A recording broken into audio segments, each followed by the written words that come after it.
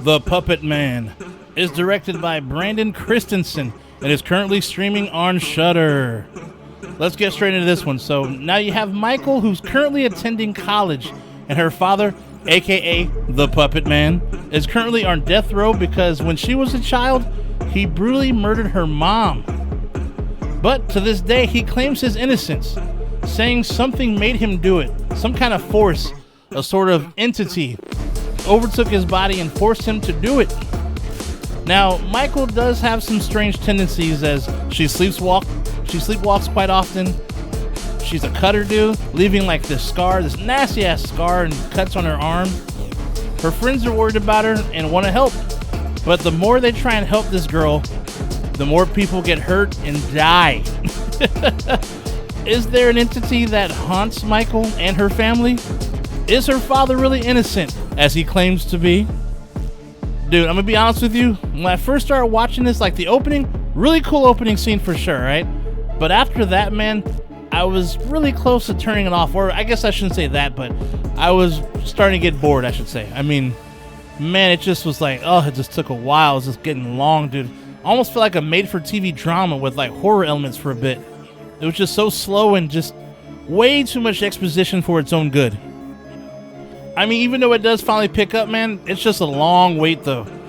I have to give credit, though, where credit's due. I mean, there are 3 pretty good kill scenes in this one for sure that I definitely enjoyed. It's just the wait that sucks. But overall, I mean, this movie's okay, but...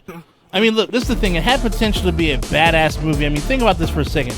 You have a story about a chick who sleepwalks and has visions, okay? Plus, the people around her are forced to do things because this entity or something's making them do it. And they have to do it because there's nothing else they can do.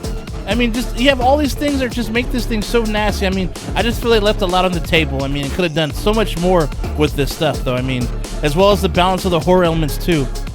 I just wish they would have explored more of her sleepwalking, which seemed to be like the build to all the craziness anyhow. Plus, you figure out what the mystery is pretty quickly. It's not too hard to figure out, to be honest with you, though. But honestly, though, another thing, too, this one needed more kills and just more scary, creepy parts, though, than what they gave. So, yeah, overall, it's okay, but I'll say this. If you do check it out, like I said before, it's a slow burn. Have some patience with this one. Might I add, though, it did have a pretty interesting ending, though. I know this is going to sound crazy, but I really don't have much else to say or add to this one, so I'm going to get into the recommendation. One that's really fun, and this one's from 1989, and it's a movie called Shocker. This is a Wes Craven hidden gem. Also, has to deal with somebody on death row as well. So this one's about after being sent to the electric chair, a serial killer uses electricity to come back from the dead and carry out his vengeance on the football player who turned him into the police.